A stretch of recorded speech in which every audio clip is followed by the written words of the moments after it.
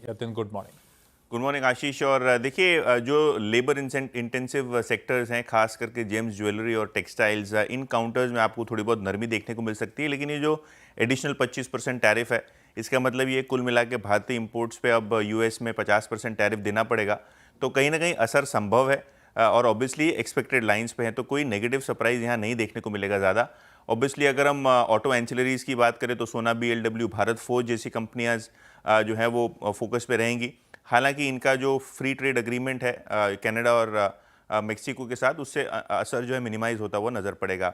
अगर हम chemical stocks की बात करें तो ऑब्वियसली नवीन फ्लोरिन है, एसआरएफ है, यूपीएल है और बहुत सारे ऐसे स्टॉक्स हैं जहां आपको डायरेक्ट जो एक्सपोर्ट हो रहा है यूएस मार्केट्स में, इसको चलते थोड़ा बहुत इंपैक्ट आता हुआ नज़र पड़ेगा। थोड़ा बहुत एक्सपोजर भारतीय कैपिटल गुड कंपनीज का भी है, तो क्यूमिंस और थर्मैक्स जो अपने पावर इक्विपमेंट्स और जनसेट्स भेजते हैं यूएस में, उसको लेके थोड़ा बहुत इंपैक्ट आएगा। और फूड और अगर हम श्रिम्प की बात करें तो पर्टिकुलरली एपेक्स फ्रोजन, अवंती और वाटर बेस जैसी काउंटर्स में आपको थोड़ा बहुत इंपैक्ट आता हुआ नज़र पड़ेगा। लेकिन हाँ, ब्रॉडली अगर हम बात करें तो जो टैरिफ्स का सबसे ज़्यादा इंपैक्ट है वो टेक्सटाइल्स और जेम्स ज्वेलरी सेक्टर पे पड़ता हुआ नज़र पड़ेगा। बिल्कुल ठीक। Good morning. तो टाटा मोटर्स पे अच्छी खबर है। एनसीएलटी ने फाइनली जो स्कीम ऑफ अरेंजमेंट है टाटा मोटर्स के पैसेंजर व्हीकल सेगमेंट में और कमर्शियल व्हीकल सेगमेंट में, इसको अप्रूव कर दिया है।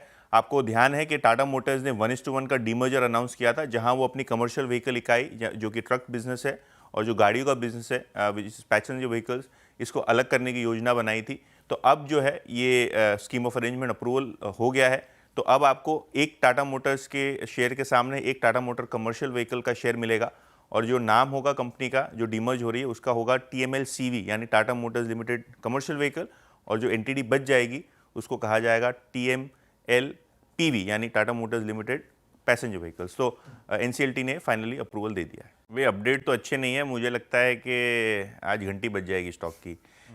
यहाँ जो टेलीकॉम राज्य मंत्री हैं उन्होंने एक बड़ा बयान दिया है मीडिया को, और जो इन्होंने स्टेटमेंट दिया है वो ये है कि जब उनको पूछा गया कि भाई एजीआर रिलीफ जो वोडाफोन की आ रही है, क्योंकि पिछले दिनों एक न्यूज़ रिपोर्ट ये सजेस्ट कर रही थी कि प्राइम मिनिस्टर ऑफिस से ये जो फाइल है वो मूव होना शुरू हुई हैं और शायद एक रिलीफ कंसिडर किया जा रहा है वोडाफोन के एजीआर ड्यूज़ पे, जिसको सब्सटेंशियली घटा दिया जा सकता है। तो कहीं ना कहीं ये पैकेज जो था, रिलीफ पैकेज, उसके ऊपर टिप्पणी करते हुए मंत्री जी ने कहा है कि कोई भी प्रपोजल डीओटी के पास नहीं है। इनफैक्ट कोई भी प्रकार का कन्वर्जन अभी नहीं हो सकता है वोडाफोन में एजीआर ड्यूज़ का, क्योंकि जैसे ही वो कन्वर्जन होगा वो पीएसयू बन जाएगा। थोड़े दिनों पहले टेलीकॉम मिनिस्टर ज्योतिरादित्य सिंधिया ने भी यही कहा था कि कोई इंटेंशन नहीं है गवर्नमेंट का इसको पीएसयू बनाने का। इसका मतलब ये कोई प्रकार का कन्वर्जन अब एजीआर पे नहीं होगा और ना ही कोई टेबल पे या पीएमओ ऑफिस पे प्रपोजल है रिलीफ देने का। तो शायद ये जो वोडाफोन आइडिया का शेयर है, इसके साथ इंडस टावर है, दूसरी टेलीकॉम कंपनियां, नज़र पे रखिए, देखते हैं स्टॉक कैसे रिएक्ट करते हैं इस सरकार के क्लैरिफिकेशन के बाद।